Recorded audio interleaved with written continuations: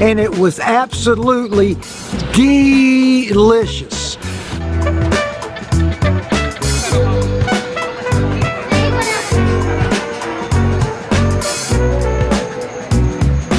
I think the whole family got some fried seafood. I had flounder, Alexis here had some fried shrimp, but it's the best around, so can't beat it.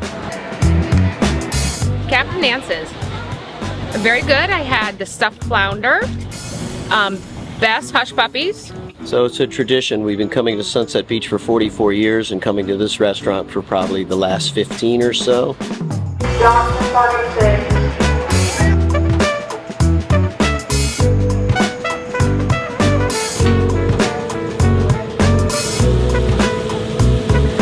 They fry food the way nobody else does, just the right amount of breading and high quality every single time. We've been coming here for 44 years.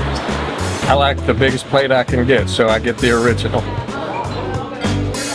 I don't contaminate myself by any other food. I just have lunch here, and that does me for the whole day. We're all just big, fat, happy campers. Why Calabash? It's good. We'll probably do it again tomorrow night.